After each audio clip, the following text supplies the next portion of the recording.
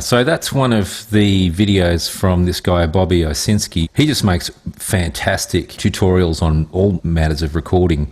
And his stuff is on LinkedIn Learning, the paid subscription service. But the university, God bless them, has got a subscription for the whole university community. So you guys can access the LinkedIn Learning videos. That's just a must watch because you can see it's beautifully animated, which makes all the concepts really clear. So check that out. It's on the iLearners LinkedIn Learning videos. I think as students you have to register a LinkedIn Learning account, but you have to do it through the Macquarie pathway because otherwise they'll want you to pay for a subscription. If you follow the library guide, which is on the iLearn site, then you can create the free account and you can get in. And that link that I've provided you from this week is straight to Bobby Osinski's microphone series. So check that out. It's very, very good. So in that video, two things that he explained were, firstly, what phase cancellation was, and you saw the animation of the two waveforms summing or pulling against each other and cancelling. The point that it can happen from acoustic sources, so which I described, like a reflection from my desk here, for example, or it can happen from having two microphones pointed at the same source. And then he outlined something called the 3-to-1 rule, which is one of these general principles that you can apply when you're placing more than one microphone around something, where the principle is that the second microphone has to be 3 times the distance that the first microphone is from the source. So if you've got a microphone that's 0.5 metre away from a source and you've got a second microphone capturing that same thing, you want that second microphone to be 1.5 metres or further away to avoid any of these unhelpful phase cancellations or phase interactions. So the 3-to-1 rule is a really good starting point when you're placing microphones and you've got more than one thing going on. Have a look at your microphone setup, look at the source and say, am I observing the 3-to-1 rule between my first mic and my second mic? If not, just adjust it till you get that 3-to-1 thing happening, and it's 3-to-1 or greater, okay? The other alternative where you won't get any phase cancellation is if the microphones are coincident. So it basically means, here's two mics. If I have these two mics together, then there's no time difference between them, right? So obviously the sound source is arriving at mic 1 at the same time that it's arriving at mic 2. They're just two different mics, okay? So in that situation where the microphones are coincident, then there will be no phase interactions at all either. And then you go, well, why would you put two mics together? Isn't the whole idea that you get two different perspectives on the instrument? Yes, that's true. But sometimes, I gave the example before of the on-axis and the off-axis SM57 that are on the guitar amp.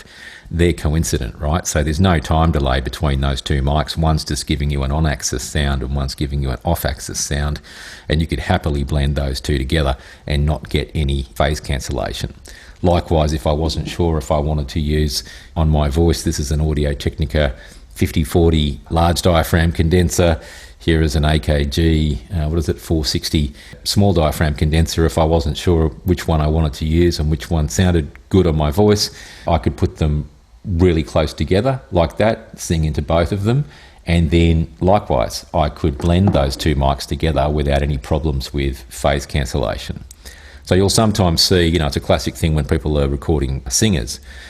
Sometimes they don't know which mic they want to use and they'll take them for a few passes and they'll just put two microphones right close to each other, the closer the better, and then get them to sing into them and then put up both microphones, listen to them later and just see which one sounds better. Or even you could, if you wanted to, take a blend of those two microphones. And the reason that you could do that without problems is because they're coincident. There's no time delay between the two mics, okay? So that's the general principle of phase cancellation, which comes about from time delays, either from mics or from surfaces. So it's something that you need to be mindful of as you're doing your recordings. The point that's mentioned in the video, but does take a little bit of time to understand, is that we're looking at sine tones on the screen here, like pure tones. We're not recording pure tones, but the pure tones are a good way to see how phase cancellation works, right? But when we think about real sounds are made up of heaps of different frequencies. It's the spectrum, it's their timbre, it's their sound. So, a guitar or a drum or a voice or anything like that, they're all made up of lots of different frequencies. So when you introduce the idea of phase cancellation on a sound source that's not just a pure sine tone but has lots of different frequencies, then the way that that manifests itself is it actually attenuates or boosts different frequencies within the spectrum. So it changes the timbre, right? So we talk about sound getting hollowed out, or maybe it's only cancelling in the low frequencies. So it sounds pretty much the same up the top, but then you find there's no bass there at all, okay? And then that might be just because the lower frequencies are cancelling. So the concept to get is that this cancellation or adding thing happens at different frequencies, and the effect that has is it changes the timbre of the sound. Okay, it just changes the, whether if there's bottom end, if there's high end, or the mid-range disappears, or it just sounds like there's part of the spectrum that's missing, which is a comb filtering effect is the term.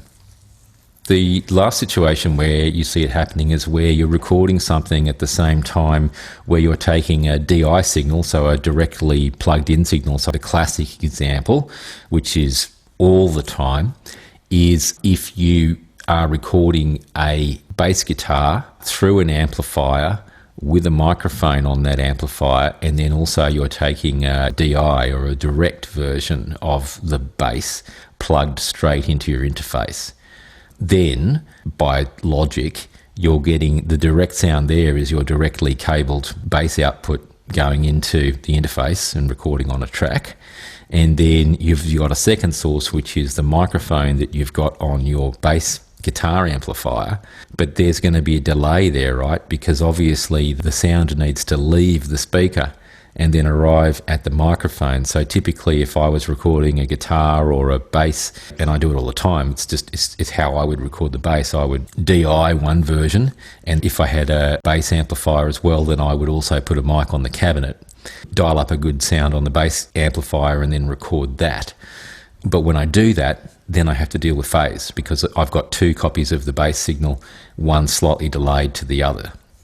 And so when I blend the DI with the microphone, then I can expect that there would be some phase interaction. Now, the good news is that in the old days when I was recording analog, you just had to move that mic around until it sounded good, move it further in or move it further out, do the 3-to-1 thing, and just get the position of your microphone against your bass cabinet so that it lined up with the DI really well and it sounded good together, and then you'd record that. Because in the analog world, if you're recording on tape, you couldn't slip anything in time, right? So it had to be, that time relationship had to be right. You might have been able to use a digital delay unit or something to futz around with it. But in digital, it's awesome because basically it comes into our DAW and we're looking at the waveform. So if I'm trying to line up my bass cabinet with my DI, I can simply get my D112, my mic, the second one here, and I can just put Pro Tools into slip mode, and I can just nudge or slip that second copy around until the waveform is lining up. So the DI and the amp sound are all in phase and lined up, and I'm not cancelling anything out. So that's the third situation. It's not mentioned in Osinski's video, but it's a really typical third situation, is if you've got a DI and a mic at the same time, there's going to be a time difference, and then you need to attend to that. And you find sometimes that it isn't time aligned, but it sounds good. And if it sounds good, great, run with it.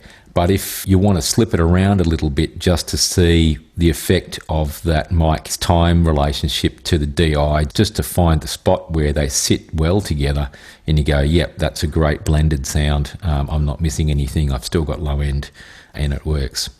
So that's the third concept of phase cancellation. So you've got the three ones. You've got the acoustic reflection, you've got the time delay from mics, and then the third one here is you've got the DI'd source and the amped source all together.